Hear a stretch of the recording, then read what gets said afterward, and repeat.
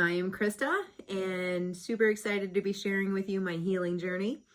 We are going into episode 3 where I start talking about the 1 year of medications, right? Let's get to it, shall we? All right, so if you remember in the last episode, we were talking about all the testing that led up to my diagnosis, right? And then later that evening, my dad had passed.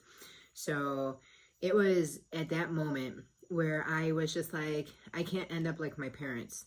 My mom passed when I was 20. My dad passed when I was 30. Like literally, it was 23 days after my 30th birthday. And the same day I got diagnosed, and I was just like, my son, he was too young. He was too young for me to go. So I was adamant that I was going to do exactly what my parents didn't do and listen to the doctors. When the neurologist handed me, literally pull this out, this was one binder for that therapy. Remember that therapy she was talking about? She handed me 2 of those, and she said, these are the therapies that I got to choose from, and one would make me feel like I had the flu all day. And the other one, it would just give me a big welt, you know, wherever the injection site was, I would get a welt. And I had to take them home, and I was supposed to think about it, but I'll tell you right now, I did not choose the flu. I didn't grow up sick, and I, you know, like, so what makes you think I'm gonna be sick? Like there's a whole reason why I'm choosing this route, right? So I don't have to go through sickness and illness. There's a whole reason why I'm following your protocols. So I chose the welts. I could at least put on a t-shirt, you know, cover it up, long pants, whatever. I would manage just fine. So there were a little bit more to it, you know, like if I were to pick up the binder and flip to the first page, all right, don't scratch or touch your welts. They will get bigger. They will bruise. They also, after 24 hours after injecting, you know, they will feel like there's 1,000 bugs crawling underneath your skin. And don't scratch it. Just don't scratch it, because then you make the welt bigger.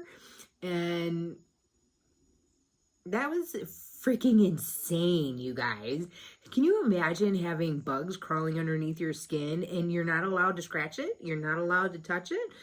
Just having bugs underneath your skin? Can you imagine that? I lived it. 7 different locations, and that freaking sucked. Not gonna lie. But hey, I didn't have the flu. All right, so in addition to that, I would start to experience like tingling in my fingers, my hands up through my arms, my toes to my feet to my legs. I would have issues with my neck for sure. You know, just like stiffness and whatnot. Eventually I started to get like dead limbs is what they're called. It's like where, you know, like you can't lift it. There's nothing there, right? It's nothing, right? So I had dead arms, and it was called dead limbs, and dead legs. It was no good. Feet, for sure. And you never know, you know, like you never know when it was kind of coming on. Sometimes you did, sometimes you don't. I used to get these weird fevers. It didn't last throughout the entire year, but there was a phase, right? And my doctors, every single time that something went wrong, the doctors said, it has nothing to do with the MS. It has nothing to do with your medication. It has nothing to do with anything, you know, that you're experiencing right now. And I'm like, yeah, I kind of think it does, you know, like, I don't feel like this normally, so why would I feel like this now? You know, like in a matter of months of starting your stuff, right? Your protocols, tell me, I'm dying to know, but they never could. They would just throw steroids at me and be like, here, this might fix it. And those just made me feel like I was 9 months pregnant. And for those that have been pregnant at 9 months, that sucks. You know, that sucked. It absolutely sucked. All right, so back to the fevers. All right, so MS affects us differently, right? For me, my MS was all about my vision. So when somebody with MS, their body temperature increases, it draws out their side effects, as that's how I used to call it, is how MS affected that person. So for me, it was through my vision. I would get these fevers that would start exactly at a certain time. And even though I had nothing to do with anything, right? And it would start with the one black dot, and then as the temperature increased, I would get more black dots, and eventually I couldn't see anything. And I would have to sit down, wait it out, because then after, I want to say it was 4 hours, it was like 3.5 to 4 hours, the temperature would then start to fall, and it would take a good solid hour for it to get returned to normal, and then I could actually see again. I remember one time shopping with like my mother-in-law, right? Wasn't always my favorite thing to do, but we were shopping. So, I mean, who doesn't like shopping? And it was at the Prime Outlet, so it's outdoors. But then all of a sudden, there is a black dot. There's my warning. All right. I need to call it quits. I need to run home. I need to go put my ass on the couch because, I have this thing coming on and I'm not going to be able to do anything about it other than just sit here and wait. And that's it, right? Couldn't even watch TV. Like, how lame is that? Like, you're being forced to, and I didn't meditate. I didn't do any of that kind of stuff back then, so I didn't know anything about this world. But, gosh, I wish but, I never even thought about that till right now. Anyway, so here I am, I'm running home, she drops me off, and I'm sitting there waiting it out. That's what I had to do. I had to do that. Then, in addition to those fevers, I also had, this was mortifying. Like that, fevers were frustrating. Like it was a massive inconvenience to my day. Like bam, smack dab in the middle. Because as soon as my vision would come back, oh, look at that, I get to prepare dinner, So the other thing was uncontrollable bladder. This was mortifying. Okay, so what's happening with somebody with MS is myelin sheath, right? Is the protective layer of your nerve where your like the bladder, right? It's getting full. Oh no, the bladder must notify the brain to let the brain know, hey, do this and do that, so we can go release the bladder, right? Like there's communication that happens, right? But what's happening for me with somebody with MS is that our immune system's eating our myelin sheath, and which is causing us to lose that connection. So my connection from my bladder to the brain was not happening. It was shorting out. It was like, but by then it was too late, right? I was walking across the stage and I was collecting an award in a ball gown, serious event, right? And walking across the stage, collecting an award for top sales of Wisconsin, yet again, and my connection is being lost. I didn't even know I had to go. I knew I had to go to the bathroom, but the thing about it is I had no idea how much time I had. That's where it goes bad for me. So the moment that I knew that I had to go to the bathroom, I got into the habit of going to the bathroom immediately, right? Because I can't tell you how many times you're walking to the bathroom and all of a sudden it's kind of like dripping down your leg and you're like, what the shit? So I just learned I can't hold it anymore, right? Like back in the day, I would hold that sucker for a long time, but I can't do that anymore. So I remember like I was mortified. I'm walking across that stage. It's starting to go. Now I get my award and I'm running out that door in Vegas, right? In freaking Vegas, running down the hall in my gown. It's just pouring out of me and I'm mortified, absolutely mortified. I don't even think that's a good enough word. That's not even a good enough word. I have this before and after picture because I tried to, fix it. Actually, the girls came to my aid and very loving situation, but it sucked. It sucked. Absolutely sucked. And there's no correlation to the meds, right? No correlations to anything. So, in addition to uncontrollable bladder, you know, like the moods that had affected me, that was absolutely crazy. I remember there was a depression, a massive depression, and I mean, how could you not be? Actually, I didn't put it to this yet because I never saw, this hadn't come together yet, right? But there was a time during that year where I just could not move off the couch. And there was absolutely no desire within me. There was no, like, push, go get them, let's go. You know, I'd sit there and watch my family playing, and I don't care. I don't care. And that upset me. That upset me. Because that's not me. So, in addition to a depression, I remember having like serious mood swings, right? Like, I'm the type of person, when I get upset, I withdraw, meaning I'll walk away, and yeah, I walk away, you know, when things get heated or whatnot. And so I'm walking away, and I don't remember what we were arguing about, but I was arguing about anything and everything back then, you know, like, I don't know where this stuff came from, but it was there. And I remember I was withdrawing, and I go downstairs, and he follows me, my husband at the time, and he's like, what did I do? What did I do this time? And I turn around, and I'm just like, it's not always about you. Like, literally, like, I could feel the fire and the flames coming out of my mouth, you know? And then all of a sudden, it was the waterworks, like, I don't know why I hate the world. Psycho. No joke.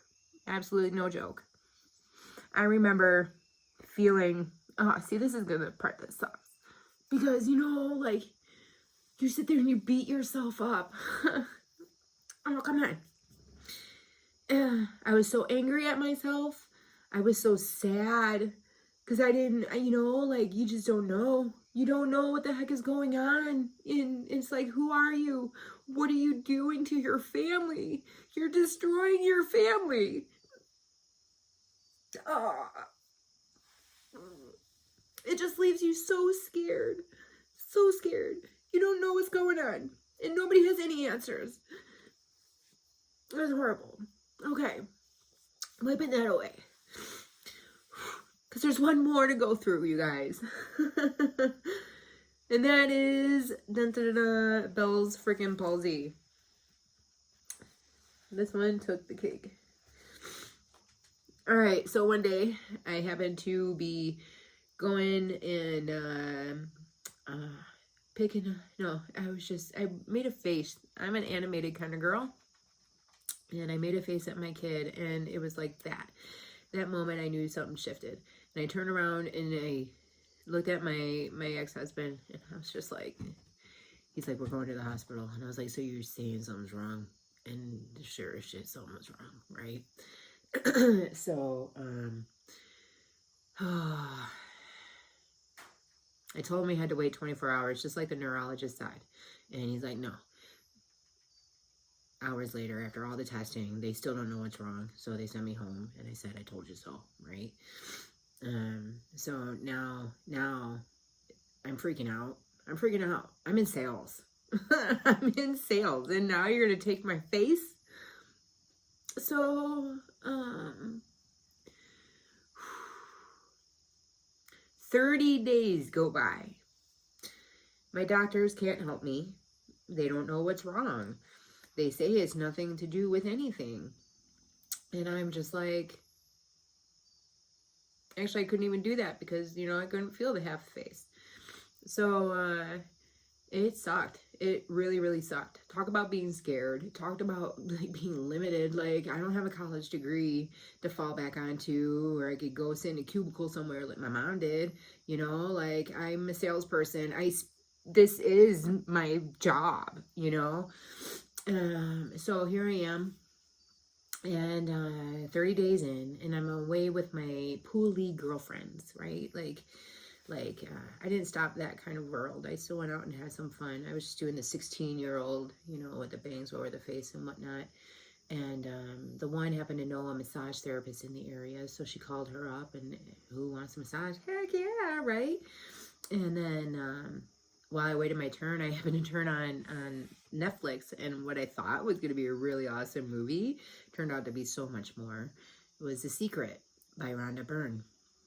This was the first of any of my, no, it wasn't. I'm sorry.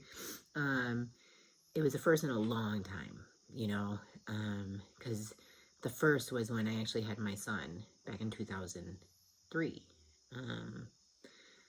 So never mind. But it had been that long. So since I went into that world, The Secret. So if you know The Secret, you know what I'm talking about, that kind of world, right? And so she didn't touch my face. Everything went on. It is normal. And that following Monday, I was supposed to be, it was Saturday, and that following Monday, I was supposed to be put on steroids again, which always made me feel like I was 9 months pregnant, and that super sucked. So that next morning came, Sunday morning, and I woke up and something was different. I ran to that bathroom, and I got my face in that mirror, and I was like, oh my gosh. It was this side, right? I was like this. It still looked messed up. But the pulling, like when somebody has Bell's palsy, at least for me, it felt like all the, like right down center, all the muscles are being pulled in all these different directions. And that was gone. It was gone. This is the first time anybody had done anything to make a difference in this. And I was just like, I was blown away. I remember looking in the mirror, and I was just like, I think there's something to this natural stuff. I don't think I said the word stuff either, if you know what I'm saying. And I went to my meeting that day because I had my sales meeting, and I quit. And my manager's like, she's like, is it, Krista, you're so beautiful. And I was like, hello, you know? And she's like, is it because of the heavy lifting? And I was like, I felt like such a paycheck, you know? Like, she really didn't care what the hell was going on in my world. Because, like, the heavy lifting, let's see you carry up, I had probably 7 bins of inventory that I used to carry up flights of stairs with a dead foot or a dead leg or a dead arm. And I'm the type that would never ask for help. So therefore, you know, even if the hostess or whoever would offer to help, I would say, are you crazy? No, this is my job. So I did it all. And no, it wasn't because of that. It was because of what had happened that morning. And so I went home. I quit my meds. I don't recommend doing that, you know, especially in today's society. I did. I quit everything. I quit the shots. I quit the Lexapro. I quit the Adderall. Then the other 3 that they had me on. I even forget that thing, vitamin D3. You know, I don't want any of it. I don't want none of it. I'm done. And I quit my doctors. I quit it all. I quit everything in my world. And I said, I'm done with this. Then you're just going to have to wait for episode 4. Because that's where it starts to get, you know, that's where we dip into my personal healing journey and what I started to do. Because I didn't know where I was going to go, but I sure as hell knew that I wasn't going to be okay where I was, you know. My dad died of an interaction, cardiac arrest, right? 17 meds, one slight change, and poof, he was gone. And my mom, both over the counter stuff, weight loss pills and sinus meds, poof, and she was gone. There was no way that I was going to follow that. So make sure you stay tuned for the next episode. I think it's episode 4, as we go into the healing journey. I appreciate you sticking around. I keep recording this thinking it's going to come out shorter, but it doesn't. So I appreciate it. It was a heck of a time. So I appreciate you sticking around, and I'll see you next time.